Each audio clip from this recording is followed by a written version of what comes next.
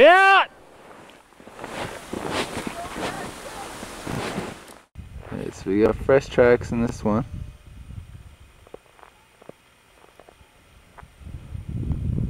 Wasn't any tracks in this one.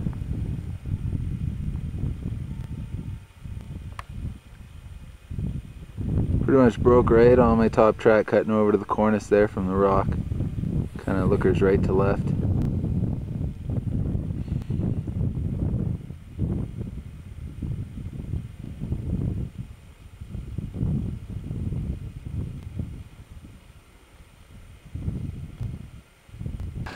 What are you gonna say for yourself?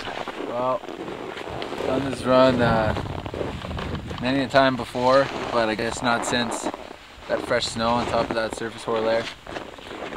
And even though we tried to keep it kind of safe and just kind of ride the top ridge and stuff, like my third turn in it went, and luckily Sean was able to get out of the way.